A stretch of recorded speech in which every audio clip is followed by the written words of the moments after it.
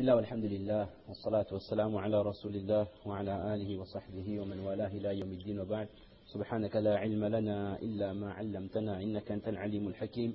رب زدنا علما يا كريم، رب زدنا علما يا كريم، رب زدنا علما يا كريم. رب اشرح لي صدري ويسر لي أمري واحلل عقدة من لساني يفقهوا قولي. Chers frères en islam, nous remercions Allah Azza wa Jal qui nous a donné la possibilité de compléter le mois de Ramadan, bien sûr.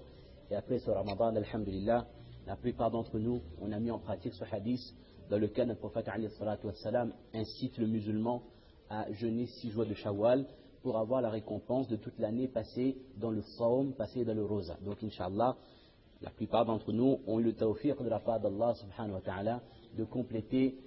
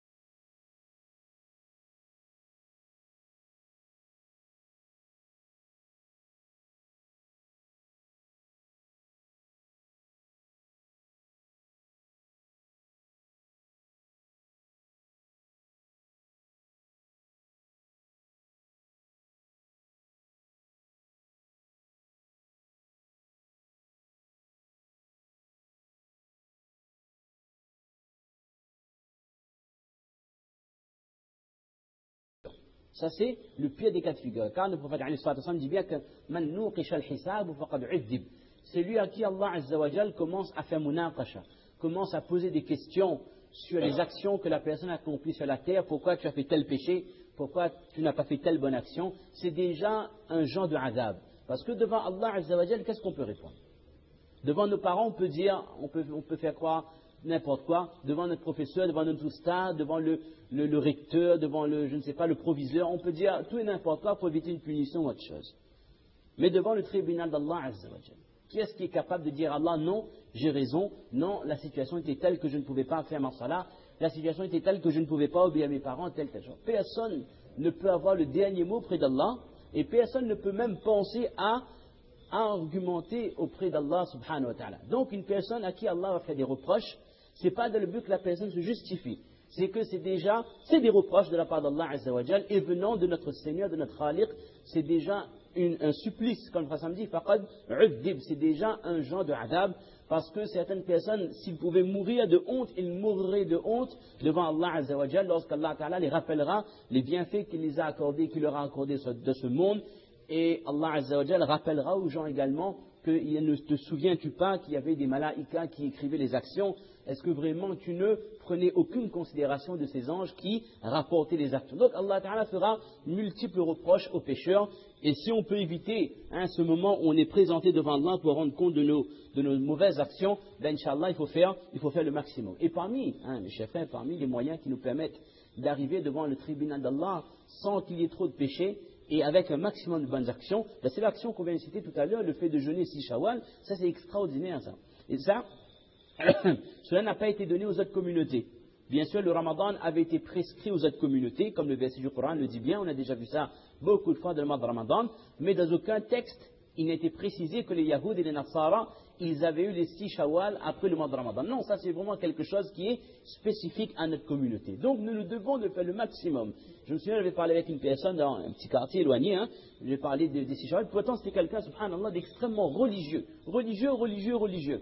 J'ai dit à la personne en plaisantant, bon là il faut commencer Shawwal, il dit, ah m'iguez pas, moi m'iguez pas fait ça moi. Une réponse tellement catégorique que j'étais choqué.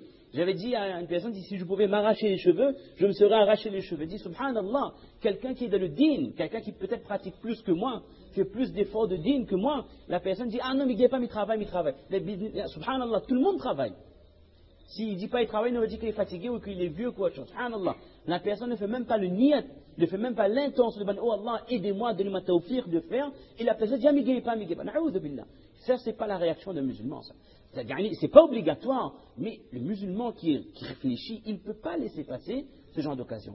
6 rosas, ça nous garantit 360 années de rosas. Et devant le tribunal d'Allah, devant le mizan plutôt, devant la balance, imaginez, vous avez vécu 75 ans ou 80 ans, et durant toute votre vie, depuis que vous êtes baligh jusqu'à votre mort, vous avez toujours fait les 6 Shawwal. Allez, considérons qu'à partir de 60 ans, on ne peut plus faire, on est fatigué. D'accord? Mais qu'on a fait les 6 Shawwal depuis l'âge de 15 ans jusqu'à l'âge de 60 ans. Et il faut savoir également, quand une personne garde de bonnes habitudes dans sa jeunesse, quand quelqu'un fait de bonnes actions, si la personne vient à vieillir et que la personne devient fatiguée ou la personne devient malade, le hadith dit bien que Allah Azza wa Jal demande aux anges d'écrire pour cette personne les mêmes bonnes actions qu'elle accomplit quand elle était en bonne santé.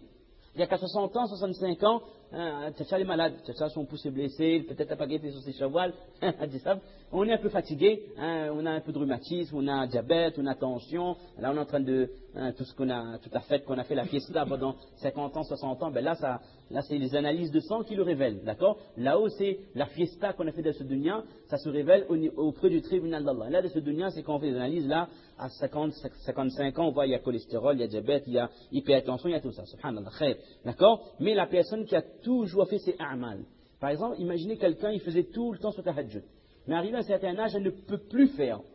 Ben Allah Ta'ala est tellement généreux qu'Allah accorde à cette personne jusqu'à sa mort les récompenses de tous les nuits de tahajjud ou tous les 6 Shawwal jusqu'à son décès, parce que c'est uniquement la vieillesse, la fatigue ou la maladie qui l'a empêché de rester ferme, avec avoir istiqama dans ses bonnes actions. C'est pour ça que c'est maintenant il faut faire amal. Il ne faut pas attendre qu'on est fatigué, il faut dire qu'on ne peut plus. Si je l'ai fait jusqu'à les dernières possibilités, Inch'Allah, jusqu'à mon décès, j'aurai ces mêmes récompenses.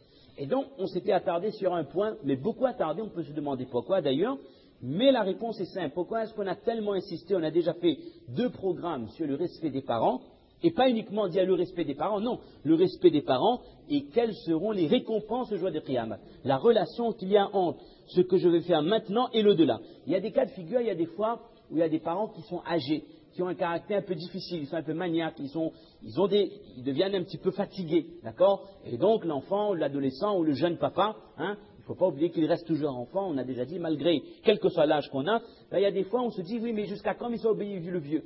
Jusqu'à quand il s'est obéi vieux bougla? Jusqu'à quand il s'attire son poubelle dehors? Jusqu'à quand il s'est fait son commission? Jusqu'à quand il s'attire son co, etc., etc. Il m'a dit, mais il m'a rien, c'était un. Mais il a des enfants comme lui. Là, wallah, tu ne seras jamais comme lui. Même si lui, il a 3 enfants, mais toi, tu as eu 5 ou 6 enfants, tu ne seras jamais comme lui, parce que lui, il restera ton père jusqu'à son décès ou jusqu'à ton décès. Vous voyez? Et donc, il y a des fois où on peut se dire, à un moment donné, il y en a marre. À un moment donné, on est fatigué, j'aimerais vivre ma vie de couple, ma vie de famille, j'aimerais prendre mon autonomie. Il n'y a pas d'autonomie dans l'islam. Dans les relations entre parents et enfants, il n'y a pas de majorité, il n'y a pas j'ai 18 ans, donc on n'a plus le droit à jamais rien, il n'y a pas d'autonomie non plus. Parce qu'on reste les enfants de nos parents jusqu'à leur décès ou notre décès. Et plus ils vieillissent, plus il y a des récompenses dans le fait de les assister. Plus les parents deviennent âgés, plus on est récompensé si on leur apporte assistance. Parce que plus ils sont âgés, plus ils ont des besoins. Plus ils ont besoin de nous. Et quand on dit que les parents ont besoin de nous, ils n'ont pas besoin d'assistance sociale. Ce n'est pas d'une infirmière que papa, maman, ils ont besoin. Ce n'est pas d'une assistante à domicile, là, wallah. C'est de ces enfants qu'ils ont élevés eux-mêmes. Ce n'est pas comme certains, la réaction de certains, que les parents sont âgés, des gens d'autres communautés, ils mettent leurs parents dans des maisons de retraite. Il y a débat dans notre communauté, il y a débat. Il y a certaines personnes avec de très bonnes intentions qui pensent qu'il serait grand temps de faire une maison de retraite pour la communauté musulmane. C'est un débat. Moi, je suis contre. Moi, je suis entièrement contre. Maintenant, les avis sont partagés. J'ai peut-être tort, il y a d'autres qui ont peut-être raison. Mais si on ouvre cette porte, qu'est-ce qui risque de se passer? N'importe quel musulman, il a 40 ans, 45 ans, il dit, bon, en général, cet âge-là, on a déjà fait donation pour payer moins d'impôts. On paye tellement d'impôts, subhanallah, on a déjà fait des donations. Donc, chaque enfant a déjà son bien. En général, les parents, ils donnent l'usufruit. Parce qu'il y a le masla aussi, usufruit, garder, pas garder, c'est un autre souci encore. D'accord? Les parents, ils ont plus d'usufruit, ils ont déjà donné les biens à l'enfant. Mais il y a des enfants qui disent que maintenant, j'ai besoin de démarrer dans ma vie, j'ai besoin d'investir, j'ai besoin d'avoir une belle voiture, j'ai besoin d'avoir un confort de vie mieux que ce que j'ai en ce moment, donc j'ai besoin des biens de mes parents. Et là, mes parents, ils deviennent comme un fardeau également. Deuxième souci, c'est quoi? C'est que maintenant, papa a 65, 70 ans, il a besoin d'aide. Il faut qu'on l'assiste. Il faut que quelqu'un soit là pour l'aider, sortir du lit, aller dans la salle de bain, l'amener, préparer son petit-déj. Surtout si maman est décédée déjà, par exemple, un cas de figure. Et donc, s'il y a, ça c'est mon opinion, ça n'engage que moi, s'il y a une maison de retraite pour musulmans, le premier réflexe serait d'envoyer papa là-bas. Il sera bien occupé, il sera heureux. Et nous, on aura la conscience tranquille parce qu'on va payer. C'est parce que je vais payer 500 € par mois à la maison de retraite que j'aurai l'impression que j'ai donné les droits à mes parents. Mais je n'ai rien fait là. C'est-à-dire, le Jannat ne s'achète pas avec une pension alimentaire. C'est le khidma. Quand on parle du terme khidma, c'est pas donner de l'argent, c'est être au service. Regardez ce jeune homme qui a vu ses actions acceptées par Allah lorsqu'il était dans la grotte, l'histoire que l'avait citée avant. Quelle action il avait fait? Il avait dit que quand je revenais du désert, je sais pas, des écarts avec le lait, il avait un troupeau de chameaux, et quand de chamelles, il revenait avec le lait, la première personne à qui il donnait le lait, c'était ses parents, par respect, par adab, et ensuite, il servait le lait à son épouse et ses enfants. Et arrivé un soir, ses parents, ils se sont couchés plus tôt que prévu. Et l'enfant dit que je ne peux pas me permettre de donner le lait ou à manger à mes enfants, à mon épouse, sans l'avoir donné à mon papa, à maman premier. Donc cet enfant est resté, c'est une histoire, c'est pas une histoire d'un temps longtemps, c'est récit authentique du hadith, d'accord? L'enfant est resté auprès du lit de ses parents jusqu'à ce que ses derniers se réveillent. Il ne les a pas réveillés non plus par respect pour leur sommeil. Il a attendu lorsqu'ils se sont réveillés. Là, il leur a servi le lait qu'il avait l'habitude de les donner tous les jours. Et ensuite, il a donné à son épouse et ses enfants. Et Allah Azza wa Jal a tellement aimé cette action que ça faisait partie des 3 actions qui a permis à ces gens-là d'être libérés de cette situation difficile. Donc, c'est une action qui a été appréciée par Allah. Ce jeune homme, qu'est-ce qu'il a fait? Il n'a pas donné une pension, il n'a pas donné 100 dirhams à ses parents. Il dit voilà, quand vous avez besoin de manger, allez, il y a la boutique en face où il y a le commerçant, etc. Là, wallah. Il a fait le khidmat par son corps et par son temps. C'est ce qu'Allah Ta'ala attend de nous. Et quand vous faites ça, c'est là que les parents font dua pour vous. Je discutais avec un jeune tout à l'heure, il m'a appelé en Maghreb Isha de Paris. Un Réunionnais qui fait des études à Paris. Il devait se marier avec quelqu'un, il voulait, et puis il m'a dit que je sais que si je me marie avec cette personne, mes parents ne seraient pas d'accord dans le fond. Mais pour me faire plaisir, il dit, Beta, il est amoureux, il y a un petit fils-là, il s'est marié. Pour me faire plaisir, il validerait, pas il validerait, mais ils accepteraient le nikah. Elle dit que par respect pour mes parents, je sais pertinemment que si je me marie avec cette fille, alors que dans le fond, ma maman n'est pas vraiment contente, n'est pas vraiment satisfaite, je cours à ma perte. Parce que si toute ma vie, un jeune de 22 ans, d'ici toute ma vie, je vis avec une maman qui a quelque chose à me reprocher dans son cœur, je sais pertinemment que je n'aurai jamais le succès. Je conduisais, avec haut-parleur, il n'y avait pas de téléphone, peut-être 4 points, je conduisais, j'écoutais, subhanallah, ça c'est le discours d'un jeune de 22 ans, mais ça fait plaisir. Il y en a qui disent que cette génération est foutue. Elle n'est pas foutue. Il y en a vraiment, ils ont un peu dépassé les limites, mais il y en a, alhamdulillah, par le ta'alim, par l'éducation, par la madrasa et tout, alhamdulillah, il y a des jeunes qui ont réalisé. Un jeune de 22 ans qui fait de hautes études, de master, je ne sais quoi, c'est pas un mammel au chômage, de master, quelqu'un d'intelligent, et il a conscience que même si je suis pertinemment amoureux de cette fille, la fille de Fatima par exemple, mais si ma maman n'est pas satisfaite de moi, de ce mariage, il vaut mieux que je choisisse quelqu'un qui fait l'unanimité chez mes parents. Ça c'est hajib, ça. Cette parole que ce jeune m'a dit, c'est quelque chose qui m'a profondément marqué. Donc c'est ça, c'est de ça que nos parents ont besoin. Dernièrement, il y avait le village de Eid qui s'est fait à Saint-Pierre, et on avait fait un discours, biiznillah, concernant les relations humaines on a présenté l'islam en termes de akhlaq, de relations, le musulman dans la société, mais également le musulman avec ses parents, avec ses voisins, avec son épouse, ses enfants. Et il y avait des personnes âgées qui ne sont pas musulmans, bien sûr, c'est un public beaucoup plus large qu'une masjid. Il y avait un vieux monsieur, hein, vu l'apparence, ça devait être quelqu'un d'origine, soit il était hindou, ou malban, ou tamoul, et la personne écoutait attentivement, et à la fin, il a pris mes deux mains, bref. C'est quoi, le truc c'est quoi? C'est qu'on n'entend pas ce genre de discours dans la société. On est dans une société où la notion de morale n'existe plus. Hein, et comme on avait dit dans d'autres circonstances, regardez un peu les publicités. Hein, dernièrement, il y avait la journée contre les chiens battus, hein, dimanche là.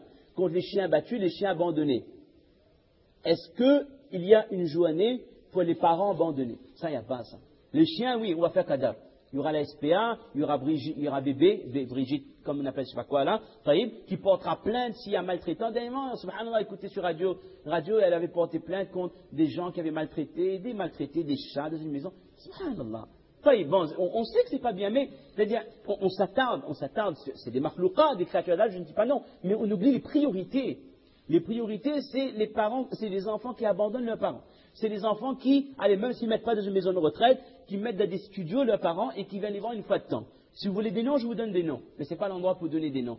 Je connais des gens de bonne famille, de familles aisées, qui laissent leur maman âgée, alitée, seule, avec une infirmière qui vient, une assistante qui vient, qui donne à manger. Subhanallah. Où sont la famille? Ça c'est le jannat, ça. Bon, c'est quelqu'un qui n'a plus d'enfants, ou je sais pas, je ne juge personne, mais ça c'est jannat, ça pour les personnes. Si les enfants, ils savaient l'importance de leurs parents, la porte du paradis, c'est cette vieille dame qui est alitée. C'est pas le tahajjud, c'est pas le qiyamul layl, c'est pas lecture de Coran, c'est pas dhikrullah. Tout ça, oui. Mais la priorité, quand Allah Ta'ala dit wa'budullah, Allah a décrété qu'on n'adore pas d'autre Dieu que lui. Et d'agir correctement avec les parents. C'est-à-dire, on avait expliqué l'autre fois que immédiatement, après le tawhid, après l'unicité d'Allah, qui est la base de notre dîn, vient immédiatement la bienfaisance envers les parents. Et c'est pour ça qu'on s'attarde sur ce sujet. Ce n'est pas pour rien si l'obéissance envers les parents vient immédiatement après le tawhid. C'est pour cela on s'attarde dessus, parce que le jour de Qiyamah, les comptes à rendre sur l'obéissance envers les parents, ben, c'est des comptes vraiment spéciaux, puisqu'il y a une telle importance dans ce monde, ben, qu'on comprenne bien que dans l'au-delà, le respect que j'ai pour mes parents, ben, je serai largement rétribué par Allah Azza wa Jal. Même si dans ma vie de ce dunya, je n'étais pas un grand abid. Même si je n'avais pas la plus longue barbe du monde, je ne mettais pas des plus beaux kafnis, j'étais musulman de base, mes 5 salats, mon ramadan, mon hajj, mon zakat, etc., les a'mal de base, mais si avec ça, j'avais le sourire de mes parents, du matin jusqu'au soir, du lundi jusqu'au dimanche, ben, je suis une personne qui, Inch'Allah, accédera au paradis. Et dans le cas contraire, je peux être le plus grand abid, le plus grand dhakir, le plus grand qari, alim, mufti, cheikh al-hadith, ou tout ce que vous voulez, mais si avec ça, je n'ai pas eu la satisfaction de mes deux, voire de un de mes deux parents, je suis un homme cuit. Et plus que cuit, je suis grillé par le Jahannam. Parce que notre prophète a bien dit, là il y a trop le Jannata aq, celui qui a désobéi à ses parents, là il y a trop. C'est pas qu'il n'entre pas, basse. Il n'accède pas au paradis. Et les ulama disent que cette personne risque de mourir avec su'ul khatima, de mourir avec la pire des morts, dont on ne se prononce plus sur l'issue quand la personne sera ressuscitée le jour de Qiyamah. Aujourd'hui, on a besoin de faire les journées de la famille. Vous voyez, les journées de la famille qui va se faire à Sainte-Marie. La société a besoin de faire des événements phares pour mettre en valeur ce genre de comportement, ce genre de akhlaq qui est perdu dans notre société, qui est complètement perdu dans la société moderne, mais qui reste une des valeurs de base dans notre religion, une des valeurs de base, dans l'islam. Il y avait un hadith qui est magnifique, un hadith qu'on avait déjà cité, qu'on le rappelle lorsque notre prophète sallallahu alayhi wa sallam dit, ça c'était hadith d'Ibn Abbas radiyallahu anhuma, dit ma min muslimin lahu walidani muslimani yusbihu ilayhima, hadith est long, il n'y a pas un musulman qui a ses deux parents, voire un des deux parents qui sont vivants, et que dès le matin, dès le départ, ces parents-là sont satisfaits de lui, sans que Allah Ta'ala également est satisfait de cette personne. Mais, wa in aghdaba ahadahuma, lam yardallahu anhu hatta yarda anhu. Et si un des deux parents, voire les deux, sont mécontents de cet enfant, alors jamais Allah ne sera satisfait de cet enfant tant qu'il ne retrouvera pas le contentement de ses parents. C'est-à-dire que fais ce qu'on veut. Fais le maximum de ibadat, allez faire hajj tous les ans, allez faites ce que vous voulez, mais s'il y a papa ou maman, voire les deux, qui ne sont pas satisfaits de la personne, Allah Azza wa Jal ne peut pas être satisfait de cette personne. Et on a demandé, qila wa in zalama, même si c'est eux qui ont tort, même si c'est eux qui vous ont fait du tort, on n'a pas dit qui ont tort, non, qui vous ont fait du tort, qala wa in zalama, même si c'est eux qui vous ont fait du tort. Donc en aucun cas, ça c'est dans Al-Adab al-Mufrad de Bukhari, dans aucun cas je peux dire que oui, mais c'est moi qui avais raison. Non, on n'aura jamais raison. Même si dans le fond, on voit que ils ont peut-être mal agi, mais même s'ils ont mal agi, on n'est pas dans une situation où on est sur un même pied d'égalité. Ils ont toujours un avantage parce qu'ils sont les parents et c'est vers eux que doit être portée toute notre attention. On va voir quelques exemples, on ne va pas faire long aujourd'hui, Inch'Allah, on finit à 30 minutes, encore 10 minutes, Inch'Allah. 9 points rapides, pour illustrer les droits des parents. Alors, dans le hadith qui commente le verset وَصَاحِبْهُمَا فِي الدُّنْيَا مَعْرُوفًا, lorsqu'Allah Ta'ala ordonne d'être bien avec les parents de ce dunya, notre prophète alayhi salatu wa sallam dit al-musahabatu bil ma'ruf. C'est quoi être bien avec les parents? Premièrement, an yut'imahuma idha ja'a wa yaksuhuma idha 'ariya, de donner à manger à nos parents s'ils ont faim et de leur donner des vêtements. Ça veut dire quoi? C'est-à-dire que pourvoir à leurs dépenses. C'est-à-dire que l'obéissance envers les parents, ce n'est pas juste le sourire, ce n'est pas juste obtenir leurs droits, c'est également aider financièrement les parents. En général, à notre époque, c'est le contraire. C'est les parents qui aident leurs enfants. Alhamdulillah, parce que peut-être les parents ont les moyens. Mais supposez qu'on est dans un cas de figure où les parents n'ont pas les moyens. C'est du devoir des enfants de donner à leurs parents. Et en aucun cas, un enfant peut dire que oui, mais ça c'est mon argent. J'ai travaillé, pourquoi je vais lui donner? Quand vous étiez petit, vous aviez 2 ans, 3 ans, 4 ans, 5 ans, jusqu'à 10 ans, 12 ans. Est-ce que les parents vous disaient que bon, Beta, vous avez besoin de manger un soir, allez travailler et puis on n'aura plus à manger? Non. Les parents savaient que c'est de la fitra. Il n'y a pas besoin de din, ça. C'est dans l'innéité. C'est dans les valeurs humaines que les parents donnent à manger à leurs enfants. Tout comme, excusez-moi, les animaux donnent à manger à leurs enfants. J'ai déjà vu je sais pas, quelle que soit l'espèce animale, même le plus sauvage, j'ai déjà vu des animaux qui disent envoient leurs enfants les chercher à manger. Là, wallah. Ça fait partie de la nature humaine. Et le contraire également, et là, se distinguent les musulmans dans leurs vieux jours, c'est les enfants qui doivent maintenant aider leurs parents financièrement s'ils n'ont pas les moyens. Il y en a 2 là. وَمِنْ حُقُوقِهِمَا خِدْمَتُهُمَا إِذَا احْتَاجَا أَوْ أَحَدُهُمَا إِلَى خِدْمَةٍ. Et 3e point, c'est d'être à leur service s'ils ont besoin de quoi que ce soit. Si les parents ont besoin de faire leurs courses, si les parents ils aiment aller en grande surface mais ils ne peuvent pas conduire, c'est de mon devoir de prendre ma journée de samedi matin ou samedi après-midi, de consacrer ça à mes parents. S'ils ont besoin de quelqu'un pour nettoyer la maison, nettoyer la voiture, quel que soit le khidmat, on ne doit pas attendre qu'ils nous sollicitent. On doit bien comprendre que je construis mon jannat de mes propres mains en assistant mes parents. En assistant mes parents, je suis en train de construire ma réussite de ce monde parce que j'aurai leur doigt, et c'est ce qui est le plus important, et ma réussite dans le akhirat par le biais de l'obéissance envers eux. Alors ça c'est facile. Quand les parents vous invitent chez eux d'y aller, alors ça tout le monde le met en pratique. Quand maman dit viens manger à samedi soir, là tout le monde, mais ça ne se limite pas à ça. C'est bien, et ça encore. Et ça encore, ensuite, madame n'est pas faut pas dire de gros mots, ce madame n'est pas un peu spécial, il empêche d'aller voir votre parent, parce que ça aussi il y a ça. Ça aussi il y a ben belle fichipec, il empêche le mari d'aller voir ses parents, mais ça on ne peut pas accepter ces cas de figure. Un cas de figure, maintenant, il faut s'en remettre au moufti, un cas de figure où ma femme, elle a un tel caractère qu'elle ne supporte pas ma mère ni mon père, et qu'elle m'interdit, cas de figure, qu'elle m'interdit d'aller voir mes parents, il ne faut pas rester avec cette femme, il faut donner talaq.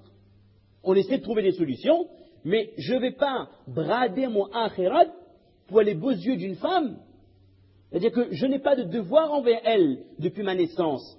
J'ai des devoirs envers elle depuis qu'on a fait le serment du nikah. Mais j'ai des devoirs envers mes parents depuis le jour où je suis né. Et pour ma femme, si un jour elle meurt, c'est fini, il n'y a plus de devoirs envers elle. Et si un jour, qu'Allah nous protège, je ne donne pas l'arc, c'est fini les devoirs envers elle. Mais on ne donne pas l'arc à ses parents. Jusqu'à leur mort, j'ai des devoirs envers eux. Donc, accepter l'invitation des parents. Et c'est malheureux de voir que dans beaucoup de familles, il y a des gens qui... Dans beaucoup de familles, on se retrouve que le jour de Eid, que le jour de Bakrid, et que quand il y a Mayet, et quand il y a un mariage. C'est-à-dire que les familles ne se retrouvent plus. Rares sont les familles où on a encore des repas familiaux le samedi soir, où toute la famille, tonton, câlin, les tantes, les nièces, neveux, tout le monde se retrouve. Ça, c'est important, ça. Et même s'il y a des petites tensions entre les membres d'une famille, mais il faut perpétuer les repas. Il ne faut pas de regard. Il y a beaucoup de gens qui disent que oui, mais un tel, il vient la main vide, comme ça. C'est pas grave, ça. Ça, c'est des détails. Quand on invite quelqu'un, quand on invite toute une famille, il y a 7, 8, 9 frères, ou je ne sais combien de tontons, tantes, neveux, etc., et qu'on voit que dans l'allée de tir au flanc, il vient toujours avec un pizza qu'il a acheté en face, ou qu'il vient avec un truc déjà prêt, etc., qui ne se fatigue pas. Mais mon objectif, c'est pas qu'il y ait l'équité, qu'il y ait la justice, que tout le monde s'est fatigué comme moi. Non. Mon objectif, c'est quoi? C'est silatur rahim. Entretenir les liens familiaux pour Allah. Parce que c'est le devoir du musulman. Si je le fais, Allah me récompense. Et si je ne fais rien pour entretenir ça, je suis pécheur. Maintenant que X, Y, Z, il vient pas, il fait ci, il fait pas ça, ça c'est des détails. Il ne faut pas que Shaitan nous fait perdre les vraies valeurs. Ce n'est pas que tout le monde soit équitable dans leur contribution. Non, c'est que tout le monde vienne et que tout le monde s'entende et qu'il y ait muhabbat et qu'on se sépare avec muhabbat. Ça c'est le plus important. On continue. Et d'obéir à leur ordre, à leur souhait, à leur désir, tant que ce n'est pas un péché. Et ça nous ramène vers le verset du Coran lorsqu'Allah a dit وإن جاهداك على أن تشرك بما ليس لك به علم فلا تطعهما وصاحبهما في الدنيا معروفا. Dans le cas où une personne s'est convertie à l'islam et que ses parents sont toujours kafirs ou qu'ils sont athées ou peu importe, et que les parents ordonnent à l'enfant de faire quelque chose qui est haram, là on n'obéit pas. Mais mis à part ce cas de figure, Allah Azza wa Jalla nous ordonne وَصَاحِبْهُمَا فِي الدُّنْيَا مَعْرُوفًا, de rester bien, de garder de bonnes relations avec eux. Même les parents qui sont mushriks, même si notre papa et notre maman ne se sont pas convertis, ils se prosternent devant une statue, même ça, nous devons agir avec eux comme nous agissons avec des parents qui sont musulmans. Sauf s'ils nous demandent de faire ce qui est haram, de boire, manger haram, là on ne fait pas, mais mis à part ça, c'est exactement les mêmes obligations, les mêmes devoirs.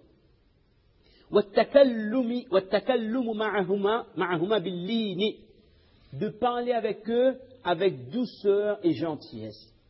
Et on connaît tous ce verset. La limite à ne pas franchir à la zone rouge, c'est quoi? C'est le oufin, l'onomatopée, comme on dit en français, c'est le son, le soupir de désespoir, le soupir d'agacement. Alors n'en parlons plus si on argumente, comme on dit en train de nous répondre notre parent, si on argumente, si on essaie d'avoir raison, si on essaie de montrer qu'on a raison, là on a largement dépassé les limites. Le simple fait de manifester le mécontentement en présence des parents, c'est haram. Maintenant, si les parents sont difficiles et que devant eux j'agis correctement, mais arrivé chez moi avec mon époux, je dis que oui, papa il dit moi ça, mais il est difficile avec lui, ça, Inch'Allah, c'est pas grave. Mais le plus important, c'est de ne pas montrer des signes d'agacement en leur présence. Et après ça, on reste des humains. C'est vrai que si ils sont pesants, à un moment donné c'est difficile, ben nous restons des humains avec nos frustrations, nos qualités, nos défauts, mais ne pas montrer le moindre signe d'agacement en présence des parents. Ne pas interpeller les parents par leur prénom. Ça, il n'y a pas ça dans notre communauté. Ça, si papa appelle Mohammed, on ne l'appelle pas Mohammed. Mais par contre, qu'est-ce qu'il y a malheureusement? Le vieux et la vieille. Ça, il y a encore beaucoup. Subhanallah, on faisait un programme de Ramadan avec un Jamaat qui était là. Il y avait un Jamaat qui était là, on fait le programme pour Adam, et il y avait un jeune qui était là, il était très attentif, c'était le plus attentif. Il avait son GSM à côté de moi, il enregistrait. Bon, on laisse enregistrer. Tant qu'on n'utilise pas ça pour de mauvaises choses, on laisse, taïb. Et à un moment donné, son portable a sonné. Et j'ai regardé, c'est pas bien, j'ai regardé le numéro, c'était écrit la vieille. Je dis, subhanallah, c'est pourtant Jamaat. Dans Ramzan, j'aurais voulu lui dire, mais il y avait son ami, genre, Stéphane, il sonne, c'est la vieille. Alors si de son portable, sa maman est enregistrée sous le nom de la vieille, je pense que son papa c'est le vieux, et quand il les appelle, je ne sais pas comment il les appelle. Allah Mustaan, ça il faut pas. Ça. Donc, appelez les parents par papa, maman, ou par quelle que soit la langue, hein, peu importe, mais pas par ce genre de nom, de billah, et moins encore par le prénom. وَأَنْ يَمْشِي خَلْفَهُمَا. Là, ça va faire grincer les dents, là. Marcher toujours derrière les parents. Tant de respect qu'on peut avoir pour les alim, pour les muftis, pour les gens de religion, mais est-ce que, avant de faire tout ça, ok, est-ce qu'on le fait avec nos parents? Le jour qu'Amal ne vous demandera pas est-ce que tu as respecté ton stade. Ça, c'est une petite tradition indienne aussi, ça, hein, de toujours demander au stade le mashwara. C'est une bonne chose, mais il faut bien savoir que dans la religion, il n'y a pas de mashwara avec le moulissab. Il y a beaucoup d'élèves, hein, on se rend compte qu'ils ont un respect excessif pour le stade. C'est bien. Moi j'ai des élèves qui ont fait hafez avec moi, je suis content. Ils viennent me demander des choses, où ça fait taravi, quelle position, mais alhamdulillah, mais c'est pas moi, il faut demander. Ça ne fait pas avec moi, il faut faire mashwara quand même besoin de quelque chose. Parce que n'a pas rien pour gagner avec moi. J'ai ma récompense si je fais hafez à quelqu'un ou enseigner taïb, mais le mashwara, ça fait avec papa et maman. Maintenant, si le mashwara papa et maman, ensuite on moulissab, tant mieux, mais ne pas zapper un au profit de l'autre. Parce que la priorité, c'est le père et la mère. Et puis tout ce qui est en dehors de ça, il n'y a aucun devoir, il n'y a aucune obligation. On terminera avec ça. Et de demander droit à Allah en permanence pour qu'Allah Ta'ala leur fasse miséricorde. On voit quoi à travers les 9 points qu'on a cités? Le respect, c'est par la langue, la manière de parler avec eux, la manière de les appeler. Le respect, c'est par bil jawarih, par les actions. Je donne de l'argent, j'apporte mon aide, je donne mon temps et je donne de mon corps aussi, je porte assistance. Et également avec le cœur. J'ai l'amour pour eux dans mon cœur et je demande doigt à Allah Azza wa Jal en permanence. Donc, il y avait un tafsir, j'ai pas avec moi, ça avec, subhanallah, j'ai oublié, Ibn al-Izz al-Hanafi, hein, dans un de ses kitabs, dans le commentaire de ce genre de verset, il disait que un enfant qui demande 5 fois par jour, Rabbi irhamhuma kama rabbayani saghira, qui demande ce doigt 5 fois par jour à Allah pour ses parents, ben Inch'Allah, il est proche, hein, de s'acquitter des devoirs envers le parent. C'est-à-dire que au moins, le musulman doit demander 5 fois par jour doua pour ses parents. Tout comme on fait 5 prières, on doit au maximum de fois demander doua maghfirat et raham pour nos parents, qu'ils soient vivants ou qu'ils soient décédés. Et dans le fait de contribuer, d'aider financièrement leurs parents, il y a une merveilleuse citation de, si je ne me trompe pas, c'est de Hassan al-Basri, rahimahullah, ou de quelqu'un d'autre. Oui, on a demandé à Hassan al-Basri comment obéir à ses parents. Il dit que antabdhula lahuma ma malakta, de donner, d'aider financièrement avec tes moyens, d'aider tes parents, de les assister par tes moyens, et ensuite de les obéir tant qu'ils ne te demandent pas de faire des péchés. Donc on voit bien que aider financièrement, si on voit, c'est-à-dire que le système que l'islam a mis en place est un système qui est parfait. Avant qu'il y ait les retraites, l'argent de retraite ou l'argent de femme seule ou quand c'est le mari décède, etc. Avant tout cela, notre dîn, il y a 1500 années, a mis en place un système qui apporte un équilibre à la société. Cet équilibre, c'est quoi? C'est que quand les personnes sont en fin de vie, ils ne peuvent plus travailler, ils ne sont pas abandonnés. Ils reviennent auprès de leurs enfants et c'est à leurs enfants de prendre en charge la totalité de leurs dépenses, leur hébergement, leur khidmat, leurs soins, et d'apporter assistance jusqu'à ce qu'ils quittent ce dunya. Et si je le fais, Inch'Allah, j'ai le contentement de mes parents et par cela, j'ai le contentement d'Allah. De la sorte, la société fonctionne de la manière la plus cohérente, de la manière la plus parfaite. Donc, on va s'arrêter là, Inch'Allah, on en est à 33 minutes. On voulait terminer ce chapitre sur l'obéissance pour passer par la suite au devoir d'un enfant face à ses parents décédés. Ça, c'est un autre cas de figure. Quand les parents sont décédés, si je n'ai pas pu faire ce que je devais faire, ou alors j'ai fait au maximum, maintenant ils sont décédés, qu'est-ce que je peux encore faire?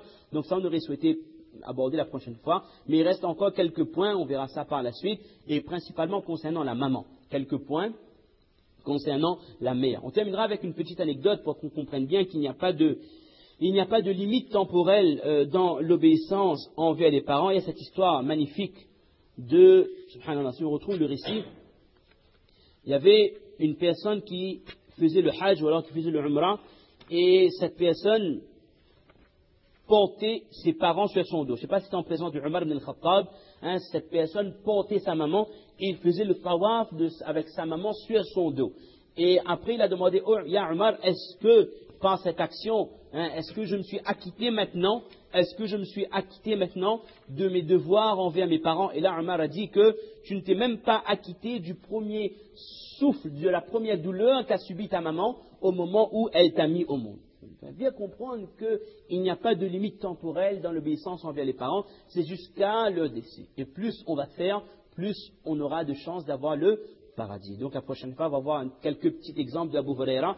Comment Abu Huraira, on avait déjà fait ça une fois, mais comment Abu Huraira respectait sa maman en entrant, en sortant de chez lui, comment il tenait à faire le salam, saluer à chaque fois sa maman. On voit également que le simple fait de rendre ses parents tristes par une parole ou un comportement, ça c'est déjà quelque chose de mauvais, et que si cela nous arrive, on doit immédiatement se rendre auprès d'eux afin de remettre la joie de leur cœur et d'enlever la tristesse qui a été causée par notre comportement ou par nos paroles. Donc à la fin de notre tawfiq de reprendre donc avec un peu plus d'istiqamat, de fermeté ces programmes, et qu'Allah donne la possibilité de comprendre ces quelques paroles, de méditer sur ce sens, et si nos parents sont encore vivants, qu'on prenne de bonnes résolutions, que dès ce soir, dès maintenant, on prend cette bonne habitude de rendre visite régulièrement à nos parents, d'être à leur écoute, à leur service et de leur porter assistance. Maintenant, si nos parents sont décédés, on verra par la suite qu'est-ce que je peux faire ou encore faire pour mes parents.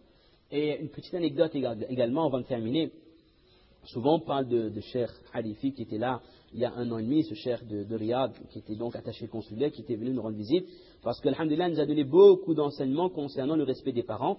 On avait déjà expliqué quelques enseignements, mais il y avait une petite anecdote qu'on n'a pas eu l'occasion de dire. J'avais demandé à Cheikh, avec les qualifications qu'il a, avec comment il est, mashallah, il a un poste important dans le gouvernement, je dis, mais Cheikh, mais qu'est-ce qui te coûte de demander ta mutation pour aller à Madina? Il m'a dit que de Riyad, aller à Madina, c'est très loin avec le travail, c'est pas possible. Il dit que son rêve, c'est d'aller s'installer à Madina. Parce qu'il y a le ministère, il y a Riyad, il y a Madina, dans toutes les villes. Il dit qu'on lui a déjà proposé, il peut s'installer là-bas. Il dit, mais cher, qu'est-ce que tu attends? Il y a un société saoudienne, il n'y a pas besoin d'autre chose. Il dit que quelqu'un à Riyad, il a la possibilité d'aller à Madina. Et pourquoi tu ne vas pas habiter? Il m'a dit que sa maman était décédée il y a 2 ans. Il m'a dit qu'il me reste mon père. Et mon papa ne veut pas que je m'éloigne de lui. Donc tant que mon père sera vivant, je vais rester à ses côtés. Alors regardez dans l'autre sens, si quelqu'un il voit le digne d'une autre façon, il va se dire que attends, d'un côté il y a papa qui fait ses caprices. Si quelqu'un ne comprend pas le digne, il va dire que papa se fait ses caprices, il devient gâteux. Et de l'autre côté, je peux habiter à Madina Munawwara, près de la tombe du prophète sallam, de faire mes 5 salats avec les récompenses qu'il y a, d'aller umrah régulièrement, etc. Subhanallah. Mais on peut penser qu'on a plus de récompenses. Ah ben là, wallah. Cher, il a tout compris lui. Il faut bien comprendre que tant que mon père sera vivant, je ne peux pas quitter la ville de Riyad, je ne peux pas aller habiter que ce soit à Makkah ou à Madina, je me dois de rester proche de mon père et d'être à son service jusqu'à son décès. Qu'on médite là-dessus. Subhana rabbika, rabbil izzati amma yasifun, wa salamun ala al-mursalin, alhamdulillah. Jazakumullah.